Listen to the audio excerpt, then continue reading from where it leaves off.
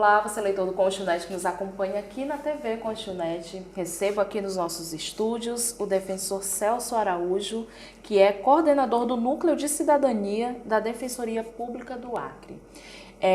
Seja muito bem-vindo, doutor Celso. Obrigado pelo convite. Hoje nós estamos aqui para falar de um projeto muito importante, um projeto até emocionante, delicado e ao mesmo tempo muito bonito, que é o projeto Juan. Acho que todo mundo conhece a história do menino Juan, né, que morreu em 2019, tendo sido torturado antes, de uma forma muito difícil. O projeto aqui no Acre nasceu a partir desse episódio que todo o país tomou conta. Juan era acreano, né, então tem esse vínculo ainda maior. Eu queria que o senhor explicasse um pouquinho para a gente o que é esse projeto, como que ele surgiu. Certo. Todos tomaram conhecimento, conforme você já mencionou, daquele caso, daquela criança que foi morta de uma forma muito brutal pela sua genitora, ou seja, pela sua mãe e pela companheira da mãe. A criança foi assassinada, né, com facadas. Antes já tinha sofrido aí maus tratos, até mesmo tortura, e isso trouxe uma grande repercussão social e uma comoção. O caso aconteceu em Brasília, mas a família era daqui do Acre, né? Aliás, Brasília não, Distrito Federal. Distrito Federal, isso. E aí trouxe uma repercussão muito grande no país. Saiu em todos os noticiários e a Defensoria Pública não poderia ser diferente, acabou auxiliando a vinda do corpo da criança para o Estado. Em tese, demoraria em torno de 15 a 20 dias para que o corpo chegasse até o Estado do Acre, a fim de que a família pudesse fazer, né, um cerimonial de uma forma digna. A gente conseguiu agilizar, juntamente com o apoio da Secretaria de Segurança Pública do Acre, Secretaria de Segurança Pública do Distrito Federal, a gente conseguiu agilizar e conseguiu trazer esse corpo em apenas 2 dias. A partir daí, a gente começou a desenvolver, escrever um projeto. E a gente denominou, e recebeu autorização da família, a gente denominou do projeto Juan, Rede Humanizada de Apoio a Meninos e Meninas. O próprio nome, a gente só mudou a última letra, encaixou com a abreviatura do projeto, Rede Humanizada de Apoio a Meninos e Meninas.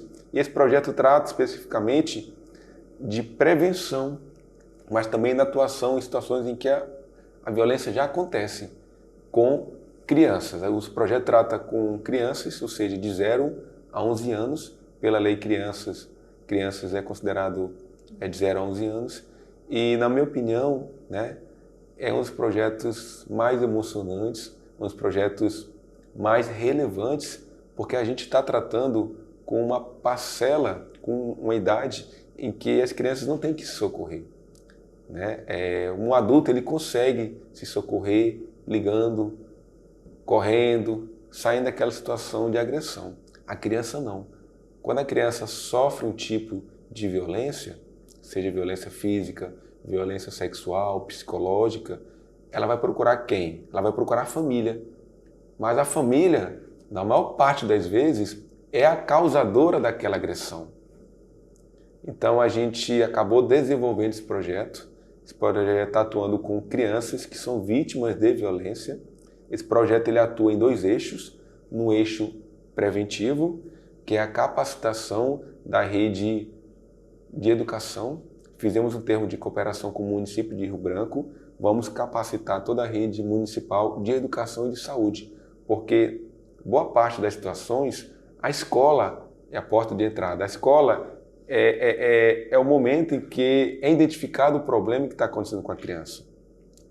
A criança acaba repassando algumas informações para o professor e o professor acaba identificando que aquela criança está sofrendo violência. Então o objetivo é capacitar os professores, mas também a rede de saúde, para que identifique aquela situação de violência contra a criança, que está acontecendo contra aquela criança.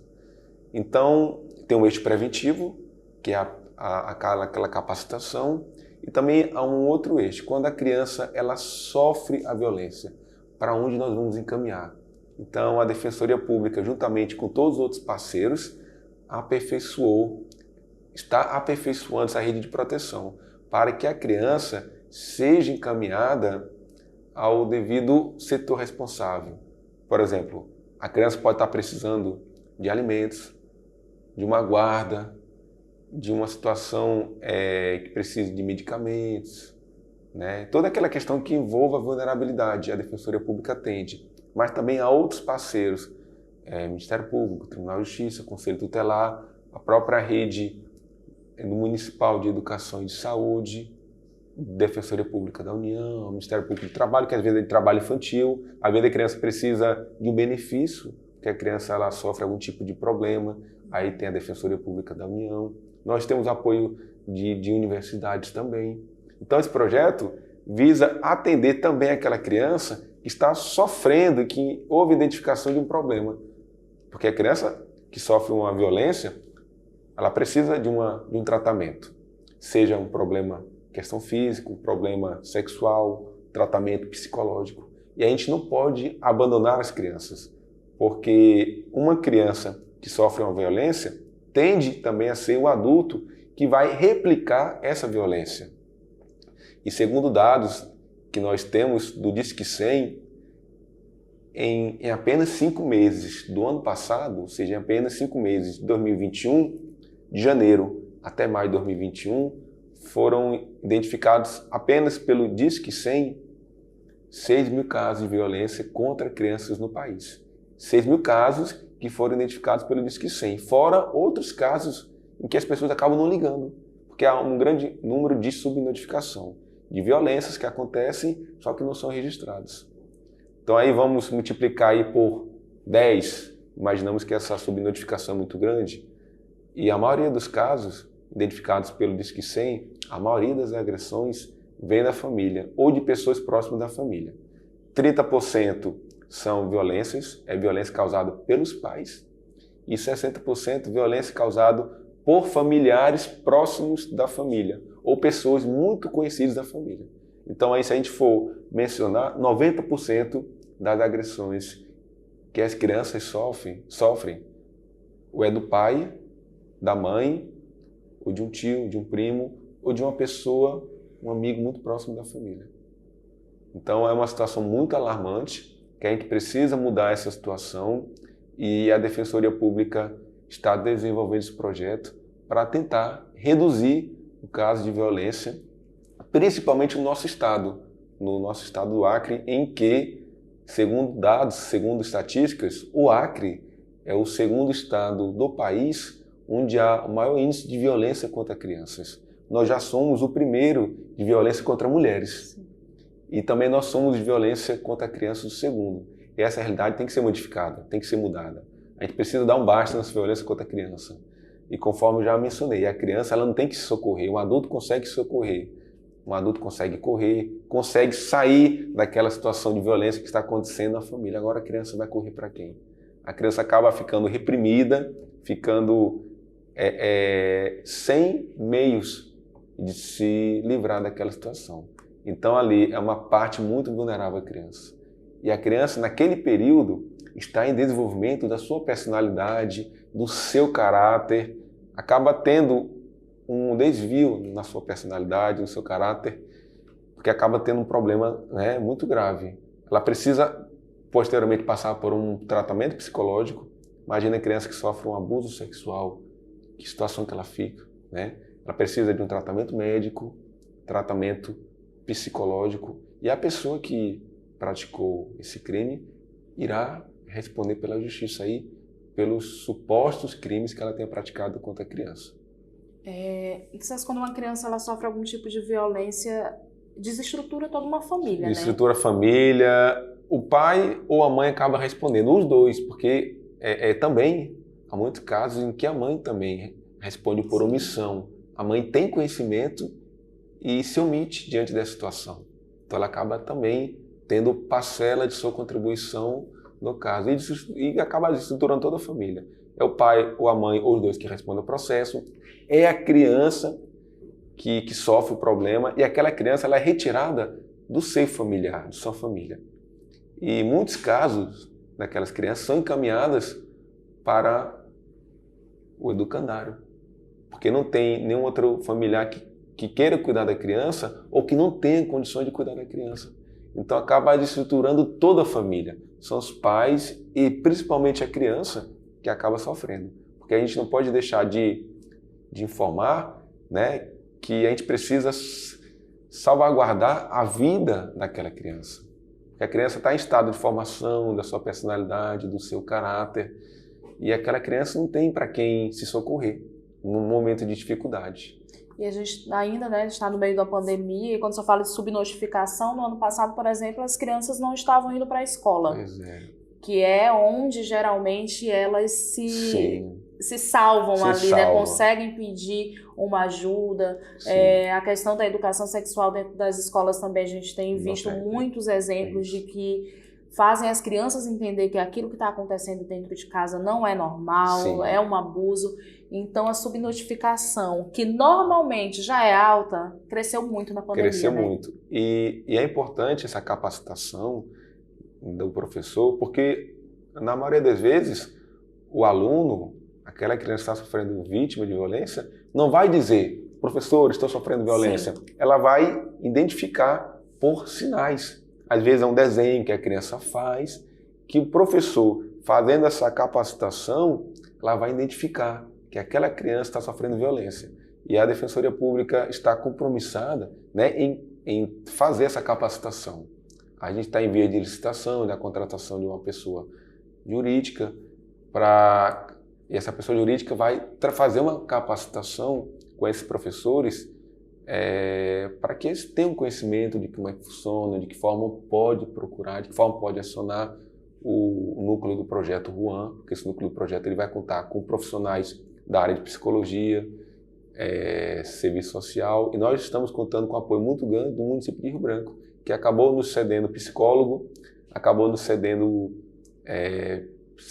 na área pessoal profissionais da área de serviço social, bem como profissionais da área meio, para que esse projeto seja impulsionado, para que esse projeto funcione.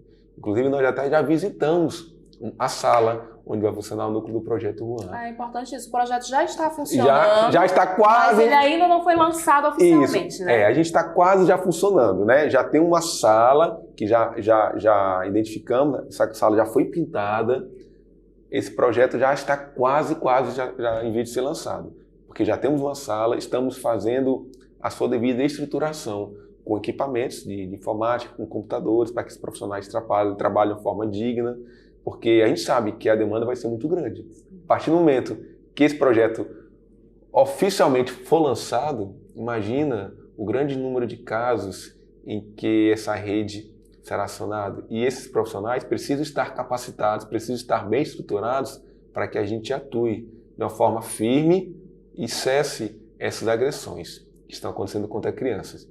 O ideal, assim, que não houvesse violência. Só que isso é um mundo imaginário, a gente sabe que sempre vai existir violência. Então o objetivo é reduzir, diminuir o número de casos de violência que existem contra crianças, seja numa área preventiva, identificando os problemas, seja já encaminhando as crianças também para a rede de proteção.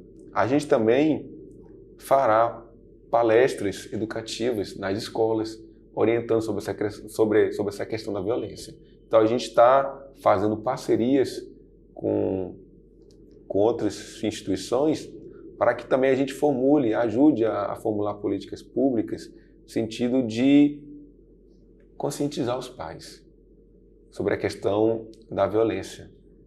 Palestras educativas com os pais, com os alunos, para que eles se conscientizem de que essas violências não devam acontecer e, quando acontecer, de que forma podem acionar a rede de proteção. Tem esse viés pela escola, mas também tem um outro viés, que às vezes a violência está acontecendo fora da escola. E essa rede de proteção, quando a gente for lançar, as pessoas vão acabar tendo conhecimento de que forma podem procurar. É uma criança, por exemplo, que está sofrendo agressão física na sua residência.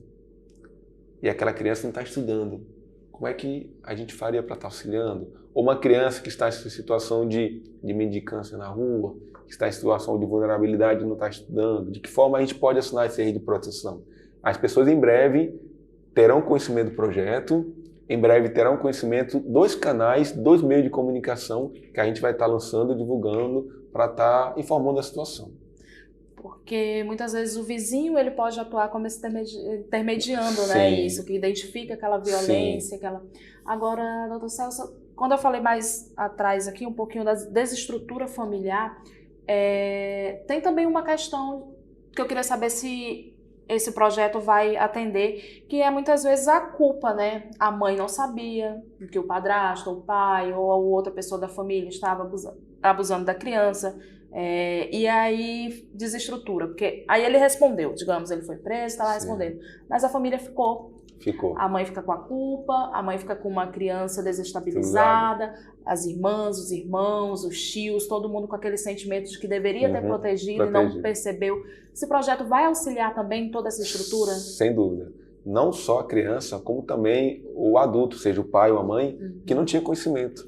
Por isso que é importante ter muito bem encaminhado essa rede de proteção, porque a criança sofre esse tipo de violência e o adulto acaba sofrendo. Então, passará, seja pela rede do município, ou seja pela rede de apoio por uma universidade, por exemplo, por esse encaminhamento frequente de um psicólogo para estar encaminhando. Então, a gente quer formatar isso, a gente quer deixar muito bem fechada essa situação, de que essa criança, de que esse adulto que esteja sofrendo juntamente com essa criança, seja bem encaminhada, direcionada e receba essa proteção, esse tratamento correto, a fim de que seja minimizado esse sofrimento. Porque a gente sabe que esse sofrimento nunca vai apagar de sua memória, porém esse sofrimento pode ser reduzido. O que a gente quer é isso, né? Que esse sofrimento, a partir do momento que aconteça uma situação de violência, seja reduzido. E essa rede de proteção vai estar acompanhando, vai estar encaminhando para a rede de proteção de saúde do município, para as universidades, na qual já tivemos contato com algumas, para que seja feito esse tratamento e esse acompanhamento até o seu final. Agora, doutor Celso, a gente falou, também citou alguns exemplos, assim, de, por exemplo, uma mãe que é conivente, né? Ela sabe que está acontecendo, mas se omite. Eu acredito que o Estado, né, o poder público, o Estado, o município, eles têm que estar preparados também para orientar e amparar uma mulher em situação dessa. Como o senhor falou, o Acre ele é o estado que mais mata e violenta mulheres e é o segundo com crianças. Às vezes essa situação acontece conjunta. Sim. Então, eu só acredito que o Estado está preparado, precisa se preparar, tem algum projeto na Defensoria que vá viabilizar isso para que a mulher esteja amparada pelo Estado para sair daquela situação, para se defender e defender um filho? Essa tua pergunta foi muito pertinente, sabe por quê? Porque às vezes, e é na maioria das vezes, que a mulher acaba se submetendo àquela situação por uma questão financeira. Sim. Porque o homem é o único que trabalha na família. O que ela pensa? Se eu sair de casa, quem que vai manter eu e meu filho? Inclusive, nós escutamos relatos de abuso sexual, que depois houve um processo criminal, em que a mãe tinha conhecimento de que a sua filha estava sendo abusada, porém ela estava morando numa casa de favor. E é essa pessoa que estava praticando abuso contra a criança. E a mãe imaginou, o que eu vou fazer? Eu vou sair de casa para morar na rua ou eu vou ficar deixando para que minha filha continue? Isso não pode acontecer, essa violência contra a criança não pode acontecer de nenhuma maneira, mas também a gente quer propiciar, e a gente está estudando isso, estimular cursos de capacitação para essas mulheres, para que saiam dessa situação de violência. A gente também tem um projeto que está associado ao Projeto Juan, que o Projeto Juan é muito amplo.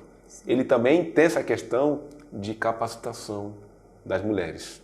E a gente está desenvolvendo para que essas mulheres que são dependentes financeiramente do marido e que não querem sair dessa situação de dependência, estimular essa mulher a fazer um curso de panificação, de bolos, pães, em parcerias com o Sebrae ou o Sistema S de uma forma geral.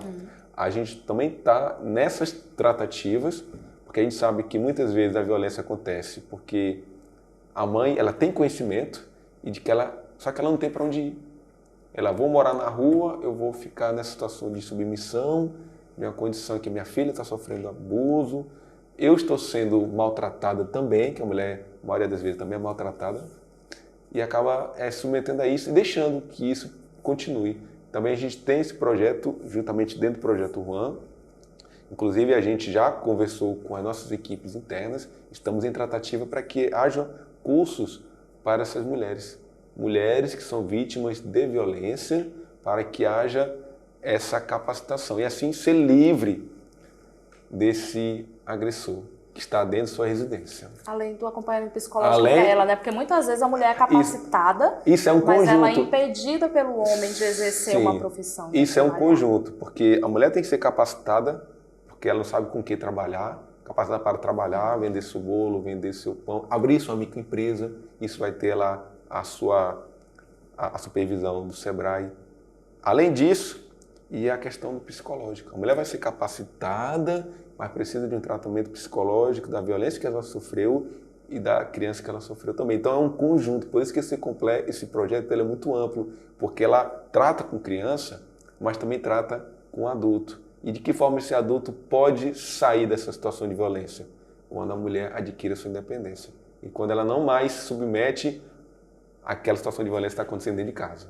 E essa amplitude também que fez o programa demorar um pouquinho para sair, né? Isso mesmo, porque ele tem várias ramificações. Cada vez que você vai desenvolvendo, você vai pensando, surgiu essa situação, como é que nós vamos resolver? A gente sabe que esse projeto ele não é fechado. Quando esse projeto começar a atuar na prática, a gente vai vendo que esse projeto vão aparecendo dúvidas, vai aparecer questionamentos, outras necessidades. Por isso que esse projeto nunca é fechado, está sempre aberto, a gente está sempre em constante aperfeiçoamento. Mas isso é bom, porque nada é fechado na vida.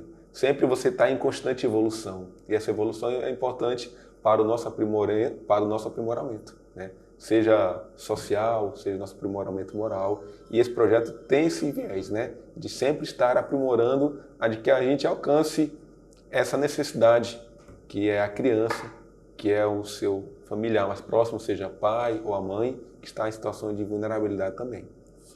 A gente se estendeu aqui, mas quando eu comecei eu falei que era um projeto muito especial, muito importante e muito interessante, né? Tem muita ramificação. Tenho certeza que se a gente for continuar aqui, a gente vai longe de tanta coisa que tem nele. Sem dúvida, sem dúvida. A gente agradece aí a parceria, o apoio, o espaço para a gente estar divulgando os projetos sociais e informando que em breve a gente vai estar lançando o Projeto Juan, né? É um projeto que foi sonhado, idealizado pela Defensoria, mas esse projeto nunca teria sido realizado sozinho, sem o apoio de outros parceiros. Temos o município de Rio Branco, temos as universidades, Defensoria Pública da União, Ministério do Trabalho, aí tem TJMP, Conselho Tutelar, e tem os CRAs que já funcionam, né? Dentro do próprio município, o apoio total da CERDH, da Secretaria de Saúde, Secretaria de Educação, dentre outros e outros parceiros que são muito importantes para que esse projeto consiga realmente sair do papel e ser implementado. Mas a gente espera que em breve, nos próximos meses aí, talvez até maio, abril ou maio, a gente lance esse projeto. E a gente consiga fazer um grande lançamento, porque é um projeto piloto, não tem nada parecido a nível nacional, é um projeto com bastante amplitude. Mas a gente quer que esse projeto se torne política pública, né? Se torne política pública para que seja implementado em todo o município, mas também posteriormente em todo o estado. E por que não em todo o país? Porque a gente precisa salvaguardar a vida dessas crianças. As crianças de hoje são os adultos do nosso futuro, né? São os adultos de amanhã. Então a gente precisa guardar bem essas crianças para que a gente tenha uma sociedade melhor no futuro. Como o senhor falou, né? As crianças que sofrem agressões, elas podem se tornar agressores e a gente tem que interromper esse ciclo. Interromper esse ciclo. Muito obrigada, então. Obrigado. E o espaço vai estar sempre aberto. Obrigado também.